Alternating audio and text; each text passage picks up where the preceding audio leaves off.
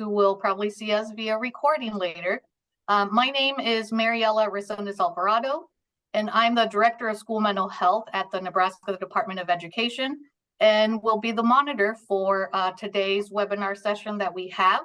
I wanted to make sure that, I know, again, we're all via Zoom right now, but there will be an opportunity for this webinar to also be viewed via Zoom or via recording. And so hopefully those of you who join us then will also get some rich information that I know will be important to you as you've signed up and again are watching this webinar later. So with that, this is part of the work that we are doing at the Nebraska Department of Education via a grant that we received from the Substance Abuse and Mental Health Service Administration, SAMHSA, not the suitcase, but the organization out of our U.S. Department of Health and Human Services has been able then to help us support some of these webinar series that we are doing to implement awareness around mental health and the various aspects that is. And so we have been working with In Mind to be able then to provide these webinar series, both for educators, and then we also have a lane then for parents and caregivers to also receive similar information. So again, thank you for joining us.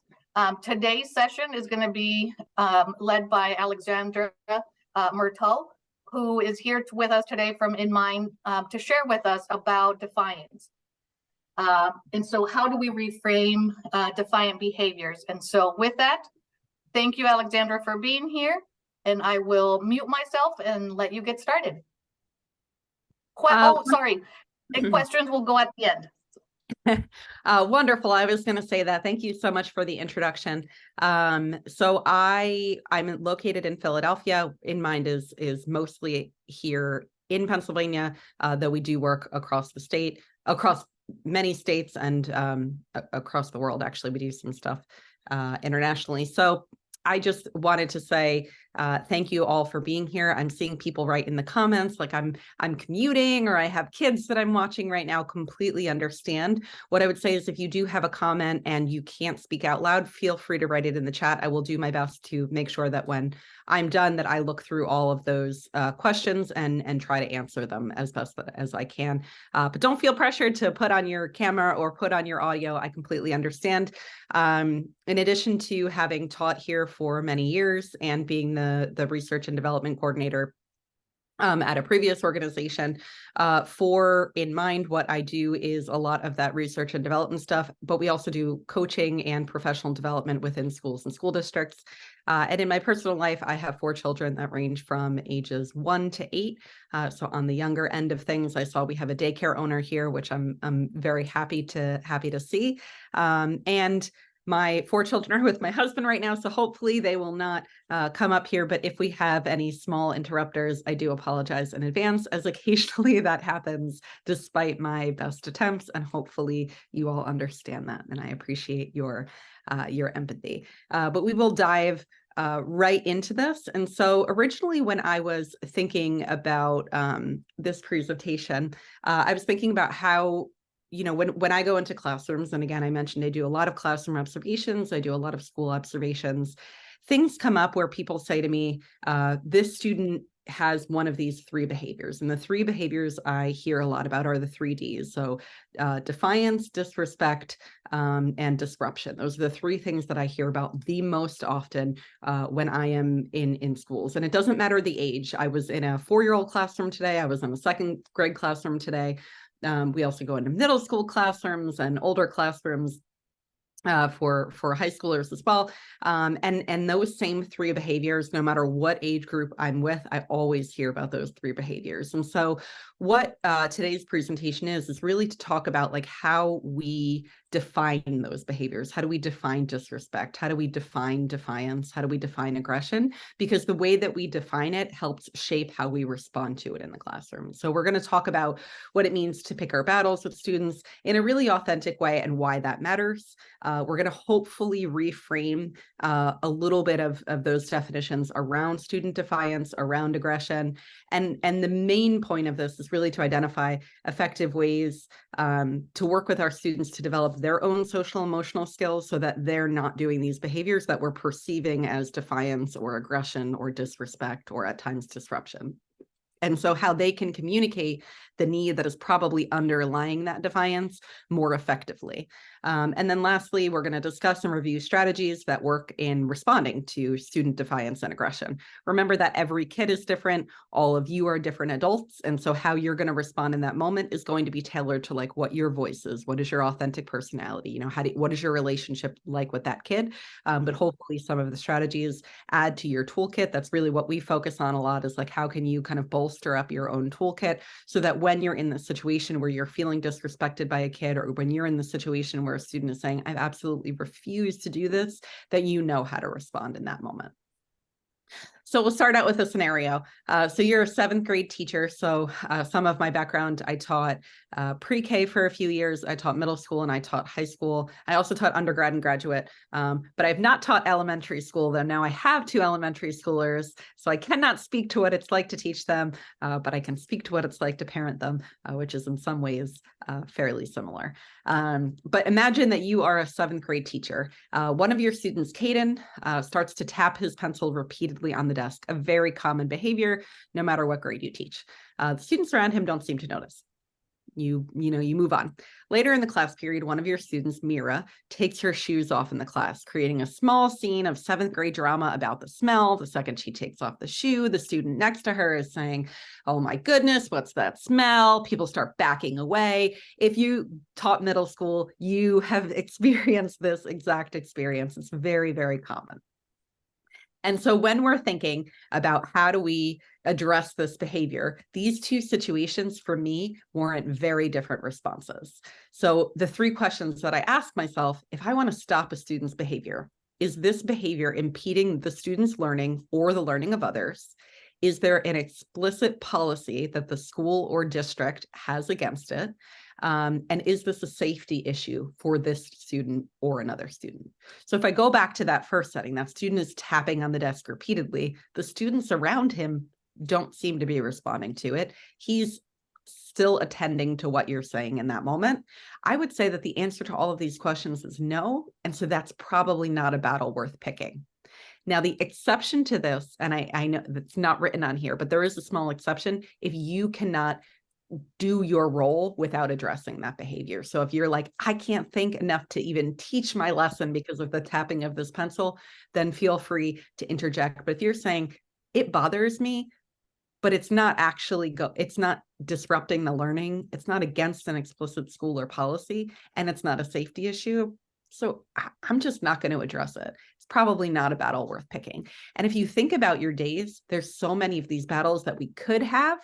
And maybe in the beginning of the day, we're like, I don't want to have. But by the end of the day, when you hear that tapping of the pencil, you're like, I'm going to have this battle right now because this is just the last thing on my nerves. And a lot of the time, it's really about like our level of, where we are with our emotional bandwidth in that moment.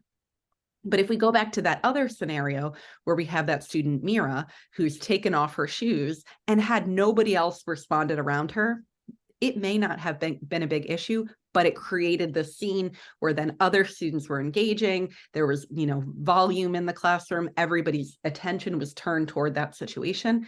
I would say that is impeding the learning of that student or other students in that situation. And there potentially could be a safety issue. I was in a pre-K classroom yesterday, and there was a student who took off his shoes right before he laid down for nap. And I heard the teacher say, you need to put on your shoes. That's actually a policy we have here, because if there's like a fire drill, we all need to leave the room. So while when I originally wrote this, I didn't think that that was a safety issue, I realize now like taking off your shoes actually could be a safety issue. And in that case, if you were to address Mira in that moment and you were to purely say like, hey, it's a safety issue to take off your shoes, you would provide the why. So providing the why can often feel like it's less personal to that individual. So you could say, hey, Mira, I need you to put on your shoes. If the fire alarm goes off, which it does sometimes, and you don't have your shoes on, it's going to take everybody longer to get out of this classroom. It's going to create an issue where there doesn't need to be one. And that's actually why we have this policy in place. If you don't think it's a safety issue and there is no policy in place, but it's still impeding the student learning, I would still make sure to address it in the moment. Though I would say, just from like a perspective of somebody having been in the classroom, it's a lot easier to say, hey, this is a safety issue or this is a policy versus like it's impeding the learning of those around you, because then sometimes that like causes students to engage in some back and forth around like, well, how is it bothering them? They don't have to pay attention to the fact that my shoes are off and my feet don't smell. It engages them in kind of this gray area. And a lot of times we do kind of want to avoid those gray areas with students. Now, if we want to start a student behavior. So I was in a classroom today, and the student that I was observing was a 4-year-old. So it was a pre-K4 classroom. And one of the cutest kids I've had the opportunity to work with.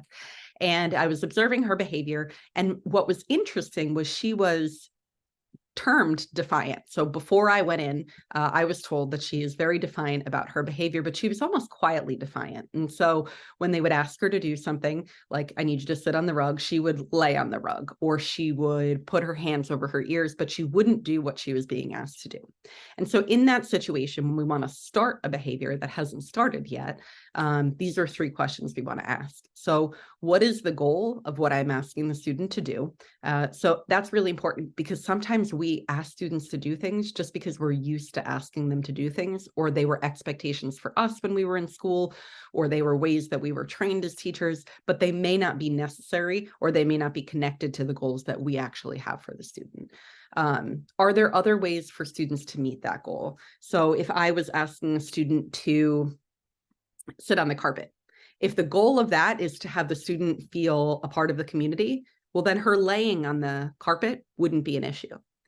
If the goal was to get that student to be compliant in the same way that the other students were being, to help make them all feel that they were doing the same thing and the expectations were the same, well, then yes, it would be important for that student to sit on the rug. And so it's really important to think of like, well, what is the goal? Like, why am I asking the student to do that? Because then we can more effectively communicate around like why we're asking the student to do that, and what the reason is. Even when a student is 4 years old, it's important for them to understand like why they're being asked to do something. And it helps us connect to like the bigger picture, which sometimes gets lost when you're in a classroom. So are there other ways for that student to meet the goal? So again, if the student isn't sitting on the rug, can they sit near the rug? Can they sit in another chair? Do they need to take a walk so that they can come back and sit on the rug? But again, thinking about like, are there other ways for them to meet that goal? And then is the student in a place in their brain where they're capable of meeting the goal in the moment? And this is a really, really important one. If you've heard Josh speak, who's my partner at In Mind, you have definitely heard him talk about this. So we often talk about where people are functioning from in their brain. If they're functioning from the lower regions of the brain, and that means they're more escalated or they're more dysregulated, then they may not have the ability to do what you're asking them to do in the moment. So I had a former student who really struggled with like on-task work in class. And a lot of times he just would sit there and stare at the paper, but not actually do anything. Sometimes he would put his head down and full on fall asleep. I found out that the student had like a very extensive trauma history. And at that particular time of the year, he was really struggling with some, external home stuff. So he was probably very dysregulated. Now, that's not to say that in that moment, when I wanted him to be on task, I should be like, well, he's dysregulated. He's not functioning from the highest part of his brain. I shouldn't expect this from him. However, what that does mean is that my approach to engaging him in the moment, to getting him to start that behavior, should look a little bit different based on that knowledge that he might be dysregulated. Maybe I'll try doing something that's calming. Maybe I'll try to add in more brain breaks. Maybe I'll do some regulating activities before and after this activity so that I can get him to do it. Maybe I will involve, a turn and talk. So he's working with a friend of his. I would do other things to make sure that situation is regulating and that it's possible or most likely for the greatest number of students to be functioning from their cortex, from that top part of their brains. So when we're thinking, and actually I'm going to peek at the chat here quickly just to make sure. Okay, no questions here. Now I can't get the chat bubble to go away. All right, there we go. So now we're just going to talk about those 3 things that we talk about when we talk about like student behaviors. So the first is, what is defiance? And so again, defiance, when we talk about it clearly, it's just, I asked the student to do X, they did Y instead, or I asked the student to do X and they said, stop asking me to do things, or I asked the student to do X and they just didn't do it for whatever reason. So a lot of the times, the reason, which I find to be probably the most important thing in defiance, is like, why is the student not engaging in this activity? Typically, I find that most students, the grand majority, fall into one of these top 3 categories. So first, it's an academic need. So the student might not be able to do that activity because they're academically not capable of it, or they don't understand what they need to do that task, or they don't have the like conceptual or foundational understanding needed to do the thing that they're being asked to do. And they may not have the communication skills, which we'll talk about in a minute, but they may not have the communication skills needed to tell you, I can't actually do this academic task, or I don't have that foundational knowledge. They just know that when they look at that paper, you've asked them to do question number 4, they can't do number 4. And so they may be saying, I'm not going to do number 4, but what they're not communicating is that they feel unable for some reason to do number 4. The second is regulatory needs, and that's really similar to what I was just talking about. So they want to be able to do the task before them, but they're not regulated enough. They're not functioning from their cortex. They're not functioning from the highest part of their brain. They're under a lot of stress in the moment. They're experiencing, they're functioning from a lower part of their brain because of the trauma that they've experienced, because of something that happened before they came to school that day. They have some regulatory needs that are not being met in the moment. And this can be communicated in many different ways. So a lot of times, we'll hear teachers say, well, I didn't know that they were upset, or I didn't know what had happened before school, or I didn't know that they were dysregulated. But it's really hard for a lot of people, and I include adults in this, to communicate when they're dysregulated, especially about the source of that dysregulation. So I had a student previously when I was teaching, and I taught 10th grade when I was teaching her. And she was about 5 minutes late to my class. So she came into my class, she was 5 minutes late. She seemed a little bit scattered. And I was like, hey, why are you 5 minutes late? And she was like, I don't know. I just don't know. And I was thrown off because she had been in my class for a while. We had a really good relationship, but she wasn't even able to answer my question. So I said, like, all right, that's fine. And I got the class engaged in something else, and I like checked in with her, and she'd communicated that in the bus that she had taken to school, there was actually somebody shooting on the bus that she was on. Students in Philadelphia take like public transportation to and from school. So it wasn't a school bus, it was a public bus. And she'd communicated that to me, and I, got her connected with our, emotional support person at the school. And she was able to get the support that she needed, but she had gone through her entire first class without communicating that. She had gone through her first class, got disoriented on the way to her second class, which was me, came in, and then didn't immediately communicate that. And eventually she did, which is great because it enabled her to get that support, because that was a very dysregulating, and it was particularly triggering for her. It was a very dysregulating moment, but she didn't even have the ability her entire first period to communicate, this like very notable traumatic thing just happened to me and I'm dysregulated. Like she went through an entire class period having not mentioned that. And so oftentimes what appears as defiance is really just students not knowing how to communicate. Hey, I'm really dysregulated at the moment. I really need additional regulatory support. Sort of related is that students oftentimes want a sense of control. And so when we think about, people want a sense of control, it's not exclusive to students. People want to be in control of themselves, their actions, their bodies, their spaces. When we have kids who have experienced trauma, oftentimes what comes with that is a sense of like, I wasn't in control in this moment, or I'm not in control in this situation that feels really chaotic to me. And so they don't have that like foundational sense of control that like oftentimes kids from like really like calm backgrounds or really structured environments, they have that sense of control because they've been given gradually more and more control as they get older. If your experience in your community it feels chaotic, or you've had a chaotic upbringing, or you've experienced a lot of trauma, you try to grab control where you can. And sometimes what that looks like is, hey, I need you to open your pages to page 15. No, because in that moment, that is what they have control over. I can't control anything happening in my life, but I can control whether I open this book to page 15 right now or not. And I'm going to say that I don't want to do it because this is my moment to exert control, and I can't in any other area of my life. This is really, really common. And what's hard is that oftentimes it feels really disrespectful to the person on the receiving end of it. It feels like, all I asked you to do, it's my job to ask you to turn to page 15. Why didn't you turn to page 15? But what you're really doing in that moment is you're feeling that that person is exerting their control and they feel they have no control. And that honestly probably has very little to do with you or your classroom or the structure you have in your environment. However, what we can do, and I'll talk about this a little bit more later, is we can give moments of control that's like a shared control. So like, you could write this answer, you could talk to your partner for this answer, you could draw this answer. And that something as simple as that, giving them the way that they express that they know the content, so that because again, that goes back to your big picture goal of like, I want to know that they know, I taught biology, I want to know that they know the stages of mitosis. I don't care if they tell it to me verbally, they draw it in a picture, or they write it out in a narrative. I just need to know if they know mitosis. And giving them that opportunity to communicate that in different ways can give back that sense of shared control. Or you don't want to open to page 15 right now, that's fine. You want to take a break for a few minutes and then start back here in 5 minutes. Even that can be like, oh, they're actually giving me some control back right now. They're honoring the fact that I need to feel in control. And that can be really, really helpful in that moment. And lastly, and this is the one that I often hear of as like the most common, people are saying, no, they just don't want to. The student just doesn't want to do this.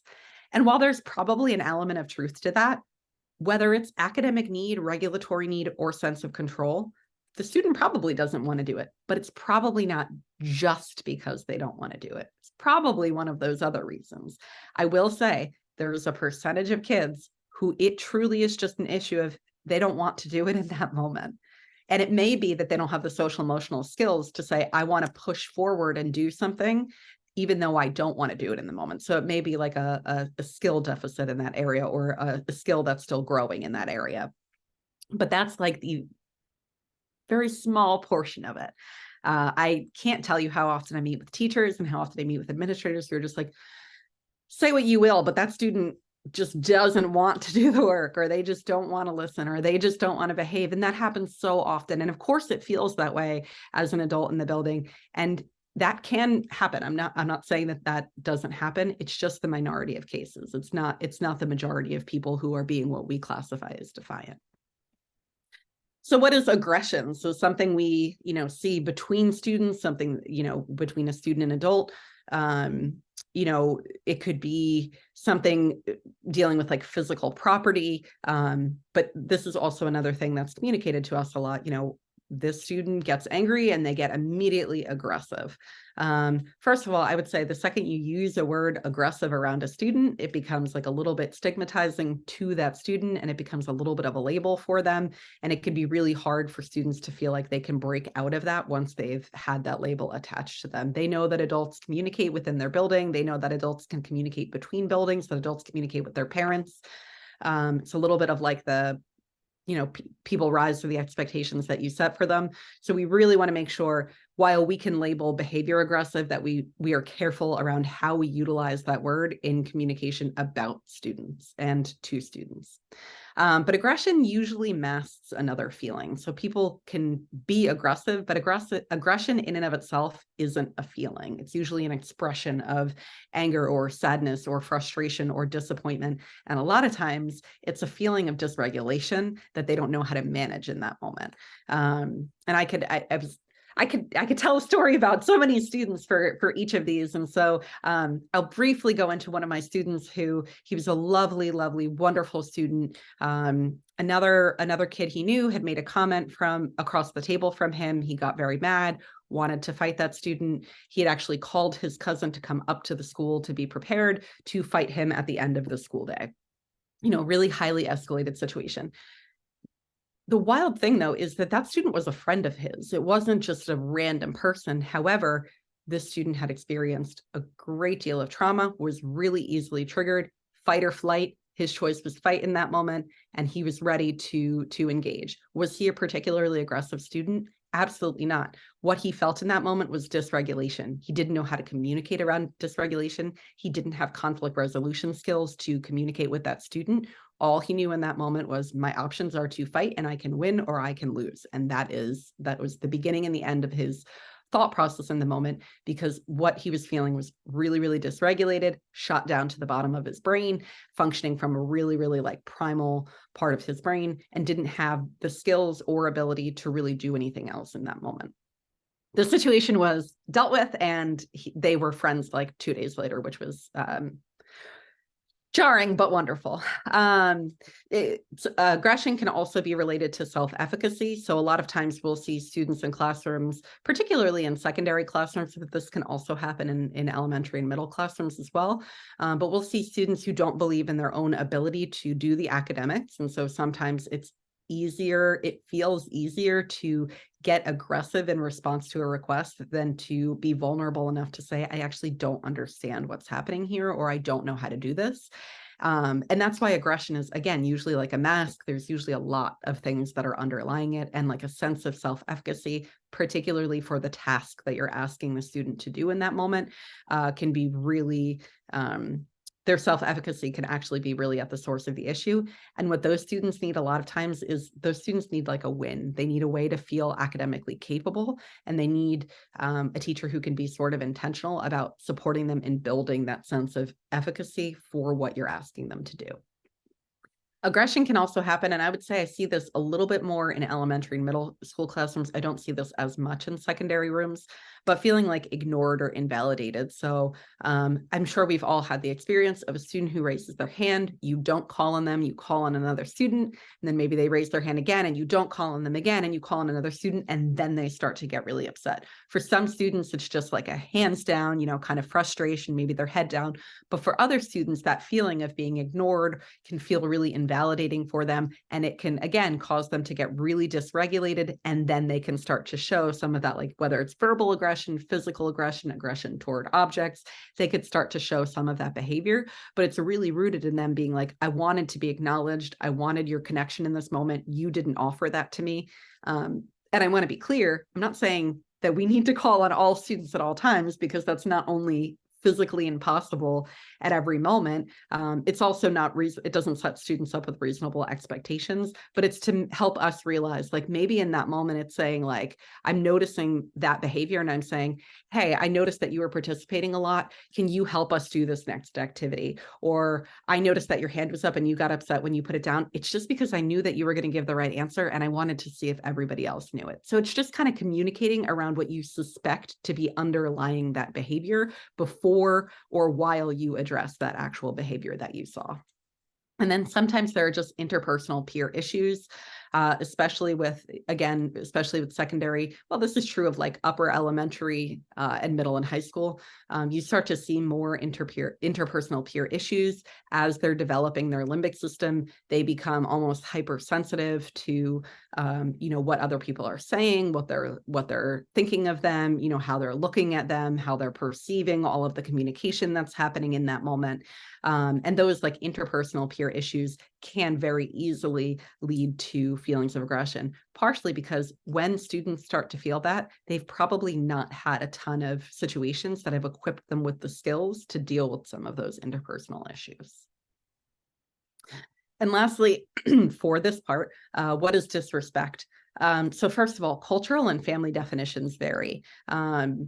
If you are a person who's married, you probably understand that your family and the person you're married to may not have had similar, expectations of what respect meant when they were growing up. And you realize the more people that you encounter as an adult, more people from different cultures, more people from different families, that like, oh, what is actually respectful looks different from culture to culture, looks different from family to family, looks different from community to community. And that like respect is really, really grounded in your understanding of like your family of origin, where you come from, and your community. So if you're teaching, for example, in a community that you did not grow up in, your understanding of respect might be different than your students' understanding of respect. A lot of times disrespect is felt as frustration. So you might say that student was really, really disrespectful to me. They got up and they left the room and they slammed the door behind them. But what that student was feeling was not disrespect toward you. It was frustration in that moment. Maybe it was frustration with you. Maybe it was frustration with the work. Maybe it was frustration with a peer. And all you're perceiving in that moment is, I'm feeling disrespected. That student is like, it wasn't even about her. It wasn't even about him. I was frustrated about something else. And so a lot of times, when everyone is frustrated, somebody is going to feel disrespected. And it might not even be the intent of that action, but it might just be the way that we communicate when we're frustrated. And people communicate a variety of different ways when they're frustrated. It's really hard for people to communicate well when they're frustrated. It could also be a lagging communication skill. So again, if you're feeling frustrated, you're feeling upset, you're feeling like you don't know how to do the work in front of you, you're feeling upset with a peer, you're feeling tired, you're feeling hungry, you're feeling stressed, you're feeling dysregulated, all of these things, you might not have the ability to communicate around it. So when we're talking about our youngest kids, and I would say maybe through middle school, and I would actually probably argue through much of high school, they're developmentally not at the point where we can even expect them to have the communication skills or the internal awareness to be able to say, this is what I'm feeling, and this is what I want, I want you to do to support me in this moment. And so we need to support those communication skills so that there are less of these behaviors. We can't just address the behavior without actually teaching the child like how to deal with that emotion or how to deal with that feeling or that experience that they're experiencing. And that's why I say a lot of disrespect is really just underdeveloped social emotional skills. I don't think that's specific to children. I think that that's true of adults too, myself included. I think all of us can say, like, if I've ever disrespected somebody or somebody has felt disrespected by me, it's probably because I didn't communicate well in that situation, or we didn't communicate well in that situation. And so what you can do this is the comment I hear all the time from teachers. I would be able to help my students if they would just ask for help. And whether that's academic, well, if they were academically frustrated, I tell them all the time, if you need extra help, come see me. If they were frustrated with the peer, why didn't they just tell me before they blew up at the peer? If they wanted to be called on and I wasn't called, why didn't they just tell me this? It's because we haven't built those skills intentionally in our students, or our students, it isn't developmentally appropriate for them to have those skills. And that's why I always say, when in doubt, we really, really need to support our students' communication skills. So an example of how we could do this is teaching them, like, I am feeling this, I need this kind of support, or it would help me if. And one way that we could do that is if we gave them like a worksheet like this. So I noticed you were, and you could circle this. You could pick 4 activities or 5 activities that you are very commonly seeing in your students. So delaying starting an activity is something I saw all the time as a teacher. Sitting with your head down, moving around the room, or seemingly distracted. And I put seemingly there because you can't really assess well if somebody is distracted or not. So seemingly distracted. And you could circle that. You put the sheet on the student's paper, on the student's desk, circle, moving around the room. So I noticed you were moving around the room. And then the student would have these options. How are you feeling? Tired, frustrated, bored, confused, upset, anxious. You could leave a line for other feelings. You could do an emotional color wheel where they could pick from 45 feelings if they want to, depending, again, on the age of the student, their reading level, where they are developmentally. Do you need support? Yes, no, maybe, but I'm not sure what kind. And a lot of times you're going to get that third answer of maybe I need support, but it opens that door. It opens the door to let you know they're a little bit open to it, but they don't have the skills to say, this is exactly what I'm feeling, and this is the kind of support I need right now. And then you can ask them, what kind of support would serve you in the moment best? And again, this is all nonverbal. So you're having a student fill out this worksheet while they're at the desk. While they're filling this out, you can attend to all the other students in the room. The other students may not even know this is happening because it's something that has happened with you just placing something on the student's desk. And they can circle, I need a bathroom break. I need support with the classwork. I need to partner with another student. I need a calm corner break. I need to put my head down for 5 minutes. And for younger students, it might be, I need to take a nap for 10 minutes. I was in a classroom today with a 4-year-old, and they asked her, do you need a nap at the moment? Because we can let you go take a nap at the moment if that's what you need. Again, that would depend a little bit on the ages and the structure of the school and the setting that you're in, but giving them the opportunity in that moment to say, like, this is the kind of support that would serve me best. This is what I need in this moment.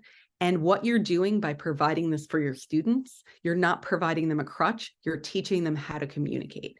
And something like this, whether it's this exactly or it's something else, gives you the opportunity to develop those social emotional skills in the student. Because if you start doing this, by the end of the year, they might be able to say, I'm feeling frustrated, I need a bathroom break right now.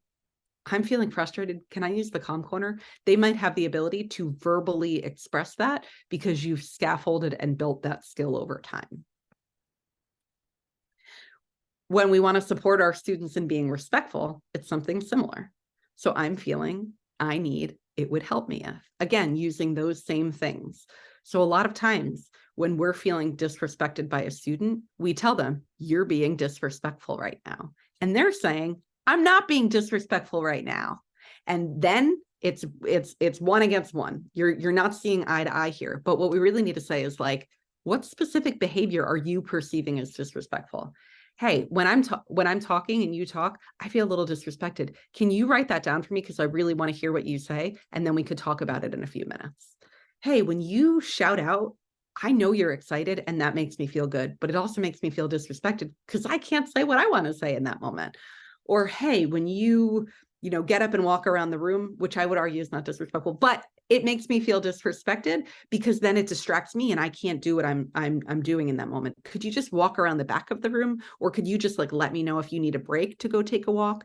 Whatever it is, to build those skills in the students to communicate in the same way that you want them to communicate to you. Because when I did this to students, when I communicated very clearly, this is what I felt was disrespectful. This is how I felt about that. This is the behavior that I would like you to show in the moment. They started doing the same thing to me. Miss A, which is what they called me, Miss A, I felt disrespected when you did this. Oh, really? Well, I'm sorry I made you feel disrespected. I'm sorry I did that. How would you like me to communicate that in the future? That's not what I intended by that. And we were able to mitigate conflict. And it wasn't just me feeling disrespected by them. It was any time that they felt disrespected by me. And it opens up that door. And again, it builds that social emotional learning. It builds that capacity without these like really structured lessons, which I'm a big proponent of structured SEL lessons, but it builds that capacity for students without having to like pre-plan it. It's just in that moment. Instead of saying you are disrespectful or you are being disrespectful, it's this behavior makes me feel disrespected. And here's what I want you to do instead. Could you do that? Could we work on that together? So when you're responding to defiance in the classroom, you want to prioritize regulation above all things. So make sure that students are regulated. You can't relate to them, you can't reason with them, you can't do anything until the students are feeling regulated. So make sure that within your whole classroom structure, you are prioritizing opportunities for regulation. Most disrespect, most defiance, and most disruption is going to come when students are dysregulated. So help your students regulate as much as is possible, build that into not only how you respond in the moment, but how you structure your lessons, how you structure your day. Provide whole group reminders. A lot of times when we are addressing a student's behavior, it can feel very personal, it can feel very vulnerable to them, especially as kids start to gain an awareness of other people around them. So when you are addressing a student, try in that moment to say, I need everybody to put their pencils down, or I want to make sure that everybody is, looking at their papers right now, or I want to make sure everybody is doing X, Y, and Z. Those whole group reminders are often going to have those individuals self-correct their behavior in the moment versus like, hey, could you stop doing this right now? And that's going to feel really personal. That's going to more likely lead to a power struggle versus like just giving a whole group reminder and letting people self-correct and be self-managed in their behavior if they have the skills to be. Specific praise goes a long way. I always say that like if you are giving a class praise up till third grade, a lot of times that works really well. Like, oh, as a class, you're doing really well right now, or this group is doing really well, or that group is doing really well. But as they start to get older, they look for that more individualized praise. So they want to know that like they're doing that activity really well, or they want to know that like their work is really good. And so make sure that that praise is really specific and not just like, good job, Anna, but like, good job, I'm trying to think of a task right now, but good job, working with your peers or being kind. You're really kind in that moment. I really appreciated that. That specific praise can go a long way in terms of just getting students to like build that relationship. People are much less likely, though not it's not impossible to be defiant when there's like a positive relationship already established. And when you have that positive relationship, when there are moments of defiance, you could be like, hey, like what's going on right now? Like I'm sensing that something is off. This is not how we usually communicate. Be aware of tone, positioning, power dynamics. So I keep going back to this classroom I was in today, which I was not planning on being in before this presentation, but provided a lot of good context. But I watched this one woman speak to this 4-year-old, but she was like over her. She was clearly much taller because she was an adult woman, and this 4-year-old was a tiny 4-year-old. And I'm saying like that student in that moment who was trying to exert control is going to exert control more when she feels like there's somebody like hovering over her, like there's this person in power, there's like a clear, height difference. And I always say, like, be aware of tone, especially if you're somebody who, I would say, particularly for males, their tones can be sometimes misperceived by students. A lot of times if people have trauma that's particularly related to males, that like lower tone can be triggering for them. That's not to say you can't be a male and be an exceptional teacher. It's just to say, especially when you're redirecting, just be aware of that tone, and then maybe adjust your positioning or adjust your tone in the moment when you're communicating that. Additionally, I was observing a teacher recently who had like a very monotonous voice, and the students were very clearly perceiving it as sarcasm, and it wasn't sarcasm. The teacher wasn't trying to be sarcastic, but her tone was really sarcastic. And because they didn't know her very well, they were responding to everything she was saying as if she was being sarcastic to them. So just be aware of like how we're communicating with students and how well they know you in the context of like how you're communicating. Give students processing time and physical space. So if you've asked a student to do something, don't stare at them and wait for them to do it immediately. People don't do well in that situation. Walk away, give them some physical space, give them some time, make sure that everybody else isn't looking at them, then come back and check in with them. Oftentimes that processing time and space can be really, really helpful in just getting students on board and getting students to participate in what it is you're asking them to participate in. So if a student in that moment is not doing their assignment, something as simple as like walking by and like tapping their paper and then walking away. You've communicated nothing verbally, you haven't made a big scene of it, and then you're letting them know what the expectation is, and then you're giving them time and space to do it. People need that, and sometimes just that space and distance will help them kind of get on the same page. A lot of times we respond to defiance, disrespect, or disruption in less than an ideal way because we are triggered by that behavior. And I will tell you, I mentioned in the beginning, I have 4 children. This is the truth for me, despite, knowing really good strategies. A lot of times if one of my kids, particularly my older kids, does something and I feel really disrespected, that can be a really triggering feeling for me. And so knowing kind of my own baseline, knowing when I need to step away, knowing that in those moments where we're feeling those things, around our students can be really, really helpful in terms of like our own co-regulation and our own management of ourselves in that situation. A teacher I was observing recently said to me, she was like, "Oh, I'm sorry you observed me today. My daughter like had an ear infection. I like have been in and out, like I'm going to a wedding tomorrow, just like a lot of chaos." And so for her, it was like, she was already at a much higher baseline. She hadn't been sleeping. She had a child. She knew that she was going to be absent. Her baseline was already going to be higher. So if a student was going to be defiant or a student was going to have a behavior that could be perceived as disrespectful, it was going to be perceived as disrespectful that day because her baseline was already off. And so in those moments, a little, reflection and self-awareness, I know I'm not feeling myself today. I know I'm feeling tired, extra stressed. I'm feeling triggered. I'm feeling, like my baseline is not where it usually is. So I'm going to do something that's going to help bring that down. I'm going to do a mindfulness activity with my class, but really it's for me. It's really so that like I can, be in a better space to be able to support them. Or I was planning on doing this activity where like I was doing a lot of direct instruction, but I'm not really feeling like that's going to be a great situation. I'm going to have them do some partner work today where I can go around and talk to them individually, because that will put me in the best situation to be that source of co-regulation that they need in the moment. So last scenario here, you're a 3rd grade teacher. You have a student, Elena, in your classroom. She seems off in a daze for most of the class, and you ask the class to work together in partners for a turn and talk. She puts her head down. And when you ask her to begin the turn and talk, She says no, and she gets visibly upset. So in this moment, what I would do is I would ask those 3 original questions. So is it impeding her learning? Is it, and here it would say, well, likely. So how are we responding in this moment? You know, after we ask ourselves those 3 questions, we decide, yeah, this is something worth addressing.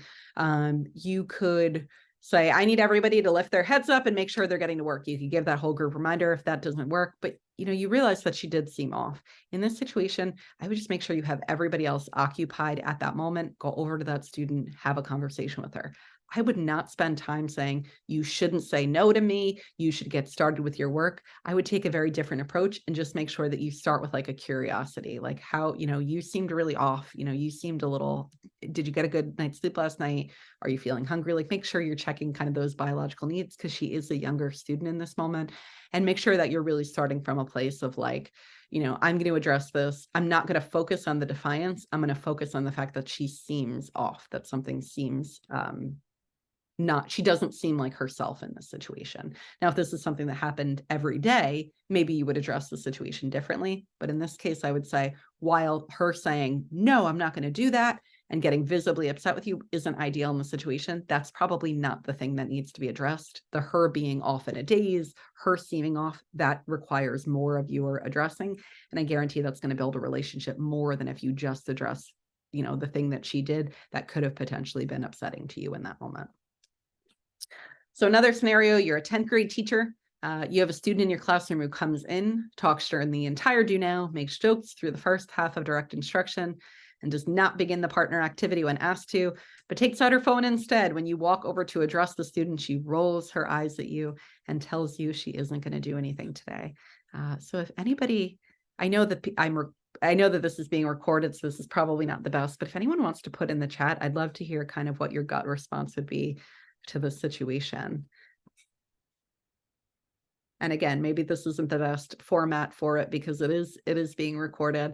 But if anybody types something in the chat, I will surely read it out loud. But I'll talk through just sort of while people may be typing or may not be typing, I'll talk through, you know, some of the stuff that I would be thinking about. So I would say that in this situation, I would definitely, and I've been in, you know, situations like this, maybe identical to this, where I felt really, you know, disrespected in that moment. But there's a lot that you can do. So first of all, I would say that like waiting till the end of class when there was clearly stuff happening throughout the class probably isn't the best approach. And so I would say I've already kind of let this go too long. I've let too many things happen.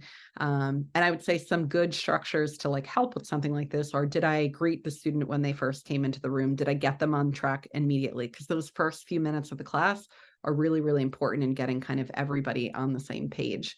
And I would also say, you know, that having a conversation with that student one-on-one, reminding the student of the expectations can be really, really important in the setting. Giving whole class reminders can be helpful. And there are many, many behaviors, and I would just start by addressing one of them. You're not going to do anything today.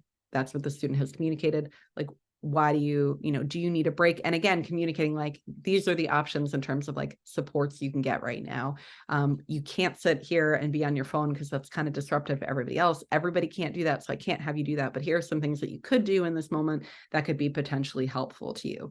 Whether this is just a 10th grader having a 10th grade moment, or this is a 10th grader who's experienced some trauma, it really doesn't matter if we lead with like that curiosity, and just lead with support, saying like, here are the things that you can do in this moment if you don't want to do, you know, the assignment that's in front of you. If you do, I can help you. You know, I'm happy to support you. Happy if you work with a partner. But again, that sheet in the beginning could be really helpful for a student like this. In helping them communicate, you know, that something is not right with them at this moment. I realize that I've gone over my time here a little bit, so I will finish with this. Kind of the big picture takeaways I'd love for you to take away. So kids do well if they can. That's a belief that not every teacher holds, but it's a really helpful perspective to hold. If you believe that everyone does well if they can, well, then if they're not doing well, that they can't, and there's something that they need in terms of support, in terms of skill development, in terms of building up capacity. And if our lens reflects that above, then we position ourselves into a supportive role. So then we're saying, well, how can I help them get to that point where they do well? What is the missing piece? Is it a social emotional skill? Is it communication? Is it academic? And then it positions you to actually think of yourself and think of like, who else can I bring in to support this individual? If a student is being defiant, disrespectful, disruptive, they likely have an unmet need, something that whether again, it's an academic need, a regulatory need, a social need in the moment. It could also just be a biological need. They need to use the bathroom. They need to sleep more. They need food or drink. But they likely have an unmet need in the moment, not 100% of the time, but most of the time. And our immediate goal in that moment should be, well, I'm going to try to first figure out what that need is, and then I'm going to try to meet it, or I'm going to try to find somebody else that can meet it in the moment. And again, we position ourselves to like, how can I support this student? Not like, how can I make that student more respectful? How can I communicate that that behavior is unacceptable? You can communicate all of those things and be in a position of support. Those two are not mutually exclusive. Our long-term goal is to enable the student to communicate that need. So if we think back to that student, that 10th grader who, makes jokes through the whole do now, takes out her phone, says she's not going to do the assignment. My long-term goal for that student is not for her to be more respectful. It's for her to have the skills to communicate whatever she was feeling in that moment, whether it was frustration, whether it was irritation, whether it was just she was too tired to do it in the moment, or she just didn't want to communicate those things instead of communicating by looking at her phone, by saying she wasn't going to do anything, by making jokes, because all of those are communication. They're just not really effective communication. So we hope to kind of build the skill so that our students can get to the point where they can communicate that need in a way that's socially acceptable. So thank you for having me. I'm going to turn this off in a brief moment. If you are here, please feel free to follow us on social media. We are most available. Well, we're most active on Instagram, which is there, but you can also feel free to email me or go to our website if you have any questions. I will stop sharing this right now. And if any of you have any questions, I will keep an eye on the chat, but feel free to turn off or turn on your microphone or turn on your camera if you would like to ask questions, and I'll hang around for the next few minutes.